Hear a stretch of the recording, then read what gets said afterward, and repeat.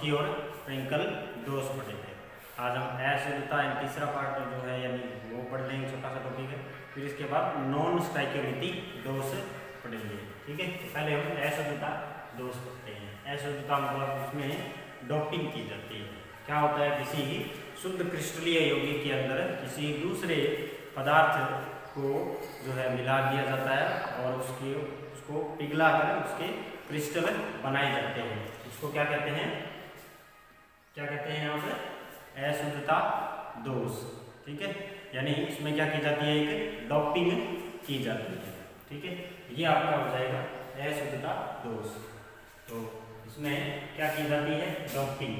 ठीक है, डोपिंग किसे कहते हैं, डोपिंग यानी जब किसी क्रिस्टल के अंदर यानी किसी शुद्ध क्रिस्टल अवयव के अंदर किसी दूसरे यौगिक यानी आयनिक यौगिक को जो है मिलाया जाता है, फिर उसको एक साथ पिघलाया जाता है और फिर उसके ठंडा करके क्रिस्टल बनाए जाते हैं, जिससे क्या प्राप्त होता है, आपका अशुद्ध यौगिक प्राप्त होता है जो विद्युत का चालन कर सकता है। ठीक है, इस तरह से इसको कहते हैं डोपिंग। इसके भी क्या है, उपयोग है, हमारे सामान्य उपयोग के लिए जो है वो डोपिंग की जाती है। ठीक है, उदाहरण के लिए क्या होगा, इसमें ऐसा जो Cl2 है यानी कि इसमें NaCl के जो यौगिक है NaCl में जो है SrCl2 की क्या की जाती है, डोपिंग की जाती है।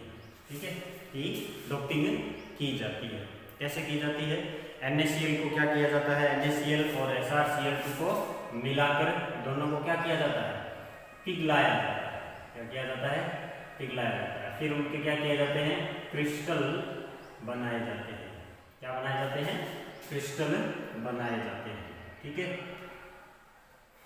क्रिस्टल बना ली, ठंडा करके क्रिस्टल बनाया जाता है। ठीक है, और इससे क्या प्राप्त हो जाता है, आपको जो है अशुद्ध NaCl। ठीक है, अशुद्ध NaCl। ठीक है, इसमें होता क्या है वास्तव में कि Na प्लस जो होते हैं वो आयन होते हैं इसमें, और एक कौन से होते हैं, Cl माइनस आयन होते हैं। NaCl के अंदर यही होता है। ठीक है, जब आयनिक यौगिक जो भी होता है उसके अंदर आयन क्या होते हैं, अलग अलग होते हैं एक दूसरे से।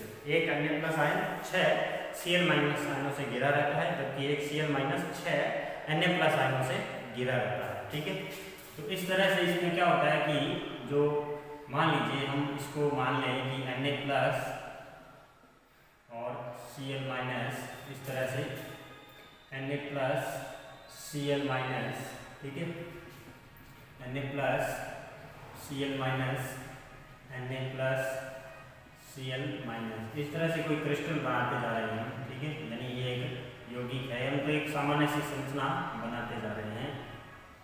Cl minus Na plus Cl minus, sorry गड़बड़ हो गई।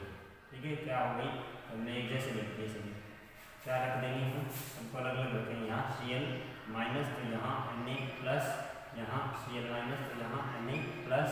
ठीक है, यहाँ Cl माइनस तो यहाँ Na प्लस, यहाँ Cl माइनस तो यहाँ Na प्लस। इस तरह से इसमें Cl माइनस Na प्लस और Cl माइनस फिर Na प्लस। इस तरह से क्या है, इनको मिलाकर डोपिंग करनी है हमें। तो कैसे करनी है इसके अंदर डोपिंग, अभी जो हमने पढ़ा उसको क्या करना है, आपको मिक्स करना है, यानी SrCl2 इसके अंदर क्या करना है, मिक्स करना है। अब कैसे, ये एक शुद्ध NaCl है, अब इसके अंदर अगर SrCl2 मिलाया जाता है तो क्या होता है कि Na प्लस के ऊपर कितना चार्ज है, +1। ठीक है, जबकि Sr+2 है। ठीक है, इसका मतलब इसमें क्या होता है कि जब डोपिंग की जाती है तो 2 Na प्लस जो है वो क्या कर देते हैं, अपना स्थान छोड़ देते हैं। ठीक है, और कहीं कहीं से बीच सारे नहीं, कुछ। ठीक है, और उनके स्थान पर क्या आते हैं, Sr+2 आयन आते हैं। ठीक है, यानी उनके स्थान पर कौन आते हैं, Sr+2 आयन आ जाते हैं। ठीक है, ये हुआ आपका Sr+2 आयन का। ठीक है, अब हम जो है देखते हैं कि इसमें और क्या फर्क आता है। अब देखो SR+2 है, Na+ है, तो विद्युत उदासीनता बनाए रखने के लिए क्या होता है, विद्युत उदासीनता बनाए रखने के लिए क्या होता है, 2 Na+ छोड़कर जाते हैं, वह एक SR+2 आयन उसका स्थान लेता है। ठीक है, उसका स्थान लेता है, तो एक भाग तो खाली रह जाएगा ना, जिससे क्या होगा, जिससे एक Na+ का स्थान खाली रह जाता है। ठीक है, यहीं से एक Na+ का क्या रह जाता है, एक स्थान खाली रह जाता है। ठीक है, इससे क्या हो जाता है आपका, जैसे इसमें ये Na+ और जो है मान लीजिए एक और Na+ कहीं से गायब कर दीजिए, ये Na+ यहाँ से चला गया।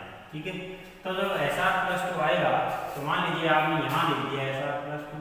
ठीक है, अब चार्ज तो पूरा का पूरा क्या हो गया, बराबर, 2+ बाहर निकले तो 2+ आ गए। ठीक है, लेकिन एक स्थान क्या रह गया, खाली रह गया, यानी ये क्या रह गई, एक रिक्तिका यानी होल या छिद्र जो है वो बन जाता है। ठीक है, छिद्र बन जाता है। यही छिद्र क्या करता है, विद्युत का चालन कर सकता है। यही छिद्र क्या है, विद्युत का चालक बन जाता है, विद्युत का चालन करता है। ठीक है, कैसे, जैसे ही विद्युत का चालन करेंगे तो ये छिद्र एक स्थान से यहाँ आएगा, फिर अगले में जाएगा, फिर अगले में जाएगा, यानी ये छिद्र इस तरफ चलते जाएंगे और जो है विद्युत धारा इस तरफ चलती जाएगी। तो इस तरह से यानी छिद्र जिस तरफ बढ़ेगी विद्युत धारा का प्रवाह भी उस तरफ ही होता है। ठीक है, तो जैसे जैसे आगे से आगे स्थान बदलते रहेंगे, एक मान लीजिए छिद्र तो एक Na+ के पास था, यानी एक छिद्र था, लेकिन क्या है कि इसको भरने के लिए मान लीजिए कोई इधर वाला Na+ आएगा तो वहां छिद्र हो गया। ठीक है, फिर इसको भरने के लिए इधर वाला Na+ आएगा, फिर इसको भरने के लिए एक Na+ आएगा। इस तरह से ये छिद्र जो है वो इस तरफ बढ़ते हैं मान लीजिए। ठीक है, या इधर से आता है तो इधर से इधर बढ़ते जाते हैं छिद्र, और जो है स्थान बढ़ते रहते हैं और छिद्र होता रहता है। इस प्रकार विद्युत का चालन हो जाता है इसके अंदर। ठीक है, तो ये हो गया आपका डोपिंग के अंदर। ठीक है, डोपिंग के अंदर क्या होता है, इसका उदाहरण हो गया ये। ठीक है, आप इसी तरह से अन्य उदाहरण भी देख सकते हैं।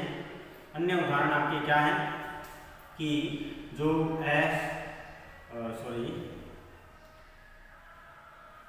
AgCl जो है उसके अंदर जो AgCl में CdCl2 की डोपिंग, ये भी इसका एक उदाहरण है। ठीक है, और कोई उदाहरण देखना चाहिए तो आप NaCl के अंदर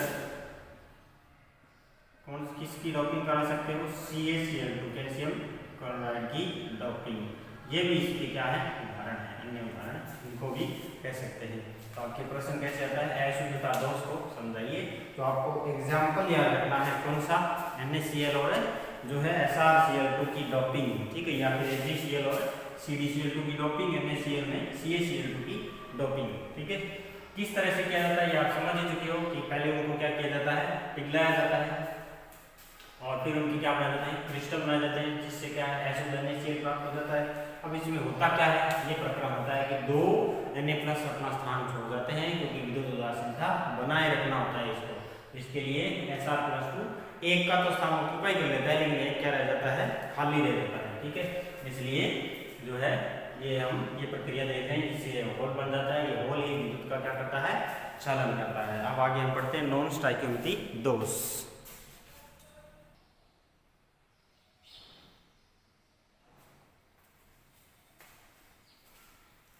अब आगे हम पढ़ते हैं आपका कौन सा यौगिक है, नॉन स्टाइकियोमेट्रिक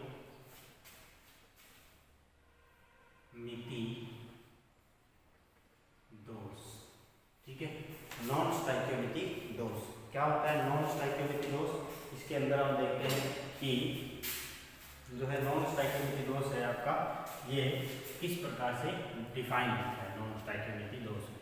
तो जो स्थिर अनुपात का नियम आपने 11वीं क्लास में पढ़ा था, स्थिर अनुपात का नियम, उसमें क्या क्या बताया गया आपको कि यानी जो यौगिक स्थिर अनुपात के नियम का पालन नहीं करते, यानी उनके स्थिर अनुपात नियम होता क्या है वास्तव में कि जो है यौगिक को चाहे कहीं से भी प्राप्त किया जाए, उसका जो अनुपात है वो क्या रहता है, स्थिर रहता है। जैसे मान लीजिए आपको CO2 है, वो कार्बन को जलाने से अगर मिलती है, या फिर CO2 आप ऑक्सीजन जो यहाँ से डायरेक्ट शरीर से बाहर निकलती है, तो चाहे कार्बन डाइऑक्साइड आपको कहीं से भी मिले, लेकिन उसके अंदर कार्बन और ऑक्सीजन का जो अनुपात है वो हमेशा ही क्या रहता है, स्थिर रहता है, यानी हमेशा वही रहता है।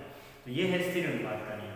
तो इनमें स्थिर अनुपात के नियम का पालन नहीं होता है। ध्यान रखना, क्या कहा जाता है, स्थिर अनुपात के नियम का पालन नहीं होता है। ठीक है, किसमें, नॉन स्टाइकियोमेट्रिक दोष में।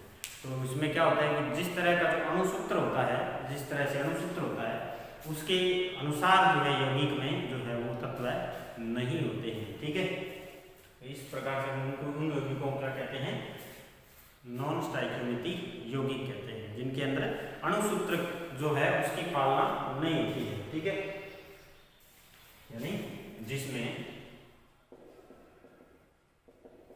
तत्व अणुसूत्र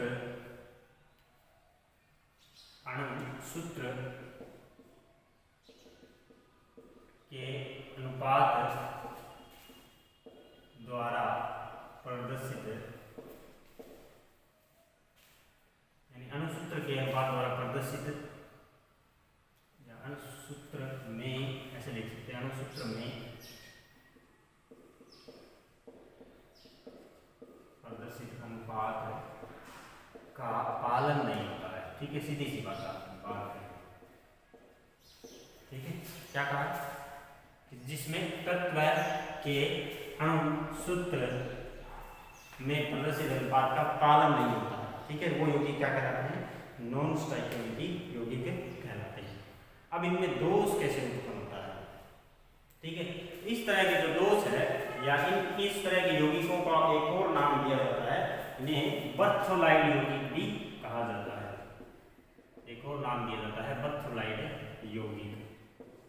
ठीक है, बर्थोलाइड यौगिक भी कहते हैं किनको, नॉन स्टाइकियोमेट्रिक यौगिक को। ठीक है, ये भी आपको ध्यान में रखना है। ठीक है, कौन प्रदर्शित करता है, उदाहरण के रूप में देखें तो जो संक्रमण श्रेणी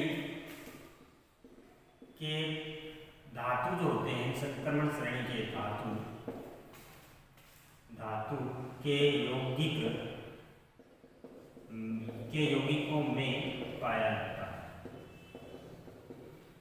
ठीक है, किन में पाया जाता है, संक्रमण श्रेणी के जो धातु होते हैं उनके यौगिकों में पाया जाता है। जैसे उदाहरण NiO, FeO, Cu2O। ठीक है, इस तरह के जो यौगिक होते हैं उनके अंदर ये पाया जाता है। ठीक है, FeSCuO ये भी हो सकता है। ठीक है, तो इसके उदाहरण आपको ध्यान में रखने हैं कि क्या क्या उदाहरण हो सकते हैं, किन में ये पाया जा सकता है। तो संक्रमण श्रेणी कौन सी होती है, 3D 4D 5D इस तरह की जो श्रेणी होती है, जिस जो डी ब्लॉक जिसको बोलते हैं, वो कौन सी श्रेणी होती है, संक्रमण श्रेणी। 4 श्रेणी होती है आवर्त सारणी में डी ब्लॉक की। ठीक है, 4 में से 3 आपने बहुत ज्यादा बार पढ़ी होगी। 3D श्रेणी जिसमें स्कैंडियम से लेके जिंक तक। ठीक है, और 4D श्रेणी आपकी कहाँ से शुरू होती है, इट्रियम से लेके जो है वो कैडमियम तक होती है। ठीक है, 5D लैंथेनम से लेके कहाँ तक होती है, मरकरी तक होती है। ठीक है, तो इस तरह से आप इन श्रेणियों के बारे में पढ़ चुके हैं। एक और इनकम्प्लीट होती है जो है 6D श्रेणी, वो इनकम्प्लीट होती है इसलिए हम उसकी बात नहीं करते हैं। ठीक है, मेन 3 ही होते हैं। फिर एक अंतर संक्रमण तत्वों में भी पाया जाता है, अंतर संक्रमण श्रेणी के यौगिकों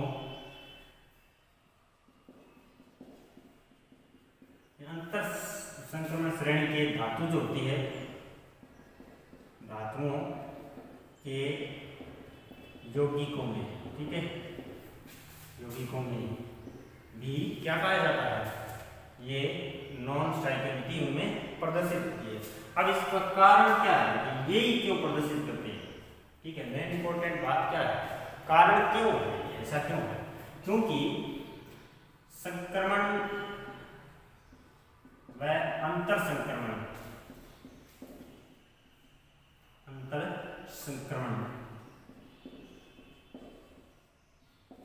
श्रेणी के यौगिक, यानी संक्रमण श्रेणी, अंतर संक्रमण श्रेणी के यौगिक, संक्रमण श्रेणी के जो धातुओं के यौगिक हैं, ऐसे कहेंगे, कंफ्यूजन नहीं हो, धातुओं के यौगिक क्या करते हैं, परिवर्तनशील ऑक्सीकरण अवस्था प्रदर्शित करते हैं, परिवर्तनशील ऑक्सीकरण अवस्था प्रदर्शित करते हैं, ठीक है, कौन, ये, ठीक है। इसका कारण क्या है कि संक्रमण अंतर संक्रमण श्रेणी के धातु की जो यौगिक है वो परिवर्तनशील ऑक्सीकरण अवस्था दर्शाते हैं, इसलिए जो इनमें क्या पाया जाता है, नॉन स्ट्राइकेबिलिटी दोष पाया जाता है। अब हम कह सकते हैं कि नॉन स्टाइकियोमिति दोष, नॉन स्टाइकियोमिति दोष दो प्रकार से हो सकता है, कितने प्रकार से, दो प्रकार से होता है, कैसा, एक तो क्या है, धातु आधिक्य दोष, जिसका दूसरा नाम धनायन आधिक्य दोष, ठीक है। अब दूसरा क्या है, धातु जो है वो न्यूनता दोष या अभाव दोष भी जिसको बोलते हैं, धातु न्यूनता दोष, जिसको जो है धनायन अभाव दोष भी बोल सकते हैं, यानी धातु न्यूनता दोष या धातु आधिक्य दोष, दो प्रकार के दोष होते हैं, इनमें कौन सा पाया जाता है, नॉन स्ट्राइकेबिलिटी दोष पाया जाता है। अब फिर इसके भी दो प्रकार हैं, इसके भी क्या है, दो प्रकार है, ठीक है, एक ऋणायनिक रिक्तिकाएं, ठीक है, ये क्या हो गया, ऋणायनिक रिक्तिकाएं, जिसके अंदर धातु कैसे ज्यादा हो सकती है, इसके दो तरीके हैं, ठीक है, एक तो ऋणायन अपना स्थान छोड़कर चला जाता है, ठीक है, और एक है अंतराकाशी दोष, ठीक है, अंतराकाशी दोष, ठीक है, अंतराकाशी धातु आधिक्य दोष, ठीक है, पूरा लिखें तो अंतराकाशी धातु आधिक्य दोष, ठीक है। फिर ये भी दो प्रकार का होगा, न्यूनता वाला, ठीक है, इसमें क्या हो सकता है, इसमें भी क्या हो सकता है, धातु न्यूनता कैसे हो सकती है, ठीक है, धातु की कमी, धातु आयन की कमी कैसे हो सकती है, धातु आयन जो है अपना स्थान छोड़कर वहां से निकल गए, ठीक है, तो ये भी हो सकता है, ठीक है। धातु आयन का स्थान जालक में ऐसे लिख सकते हैं, जालक में धातु आयन का स्थान रिक्त होना, ये भी या धातु आयन का रिक्त स्थान होना, ठीक है। और जालक में दूसरा जो है, दूसरा प्रकार जो है वो क्या हो सकता है आपका, इसमें दूसरे प्रकार से जो है अतिरिक्त ऋणायन की उपस्थिति,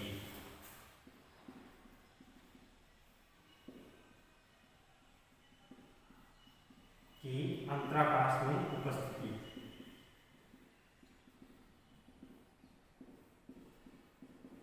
दो प्रकार होते हैं, ठीक है, सबको हम अलग अलग पढ़ेंगे, ठीक है। अंतराकाशी दोष में क्या हो गया, अंतराकाशी दोष में किसकी उपस्थिति होगी, धनायन की, ध्यान रखना, और यहाँ अंतराकाश में किसकी उपस्थिति है, ऋणायन की, ठीक है। तो ये दोनों अलग अलग होते हैं, ठीक है, दोनों में अंतर हो गया, एक बार तो धनायन के कारण और एक बार ऋणायन के कारण, ठीक है। एक बार जो है धातु धनायन का रिक्त स्थान होना मतलब ऋणायन ज्यादा होना, ठीक है। तो ऋणायन ज्यादा धनायन कम, यहाँ धनायन ज्यादा ऋणायन कम, ठीक है। इस तरह के दोष होते हैं, हम इनको एक एक पढ़ते हैं, ठीक है। धातु आदि के दोष को पहले पढ़ते हैं।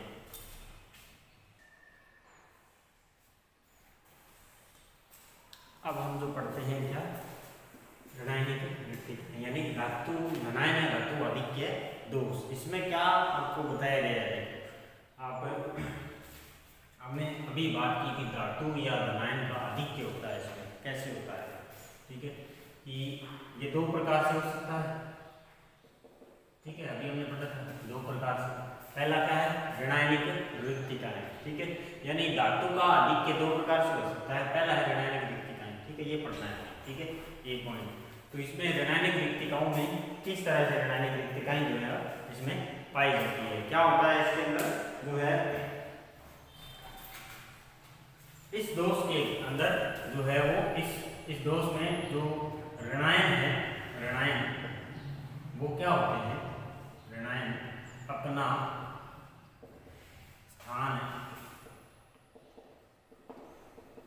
छोड़कर जालक से बाहर निकल जाते हैं, ठीक है।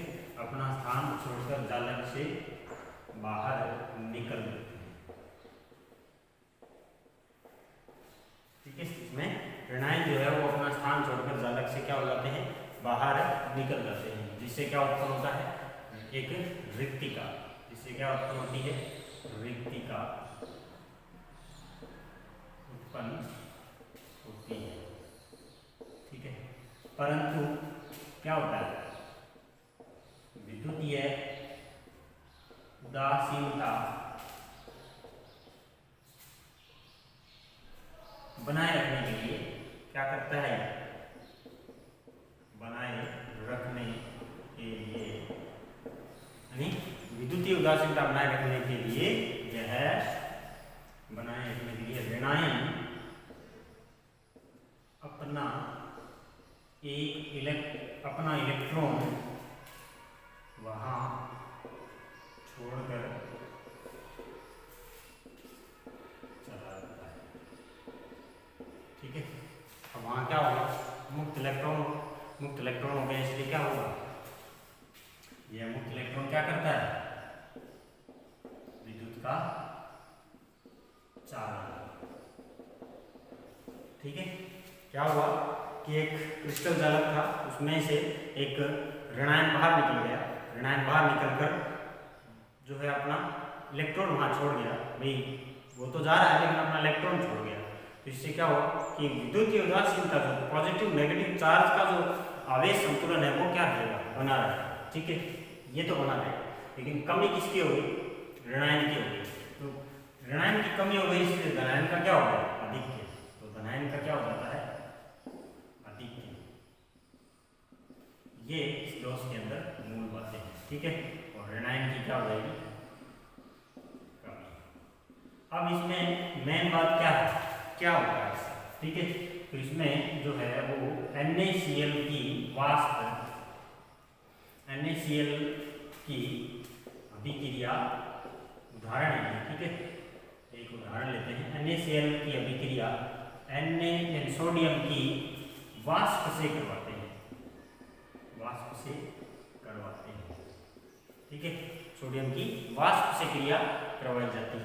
तो वाष्प से क्रिया करवाने से क्या बनता है, सोडियम की वाष्प जो है बनती है, उससे क्रिया करवाई जाती है, ठीक है। जिससे क्या होगा, Na जो है Na के साथ जालक में से Cl आयन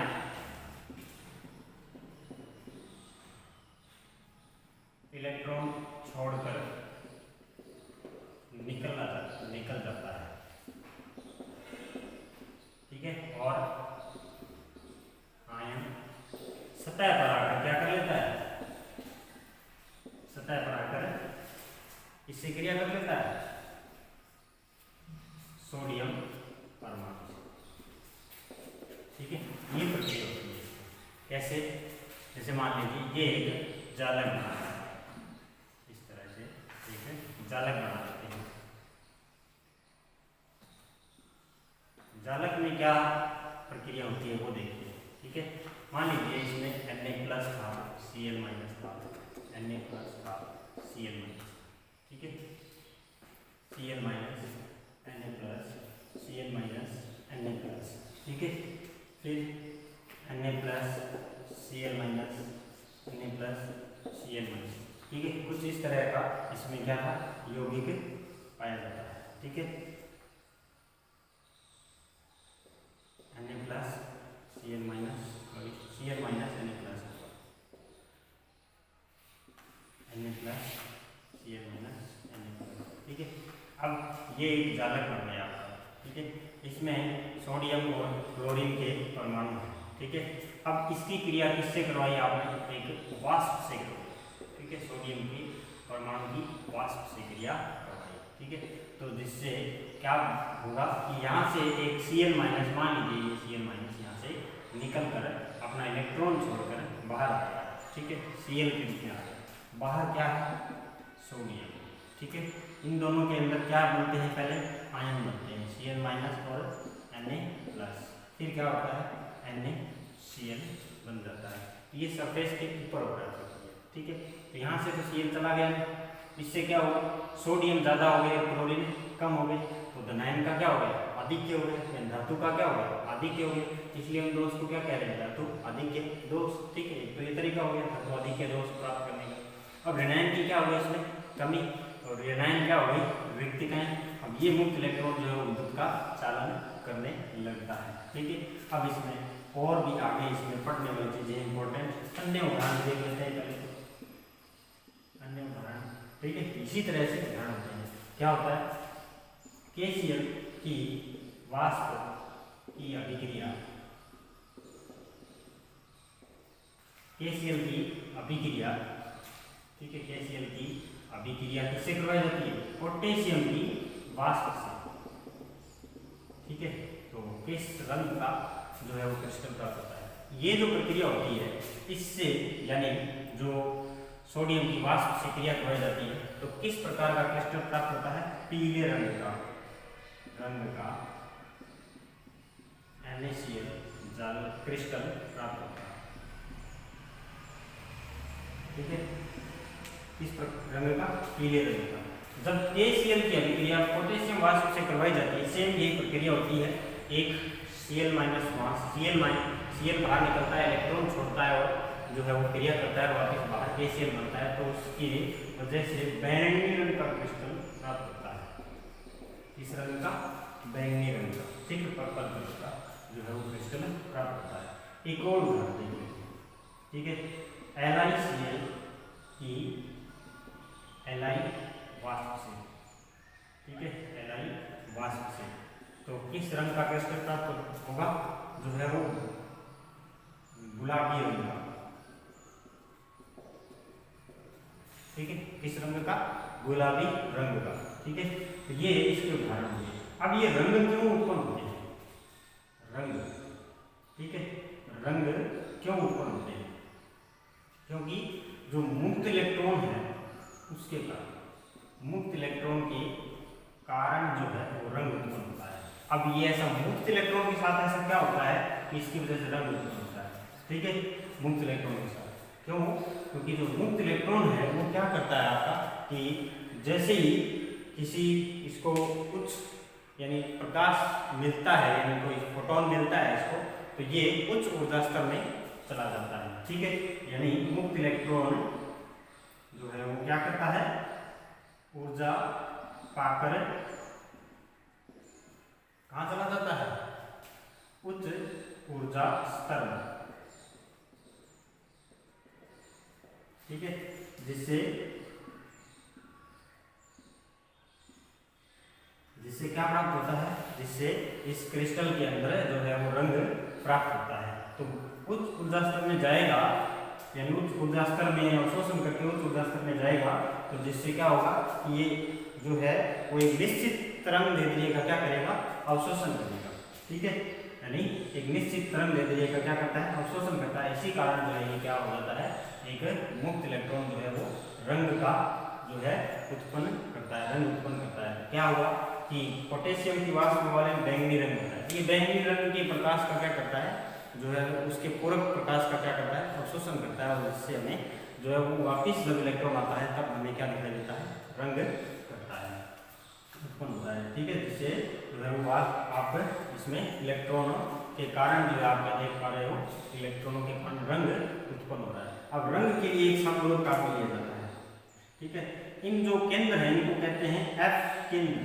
क्या कहते हैं, एफ केंद्र। एफ केंद्र क्या होता है, ये एक जर्मन भाषा का शब्द है जिसको बोलते हैं फोरबेनजेंटर। फोरबेनजेंटर।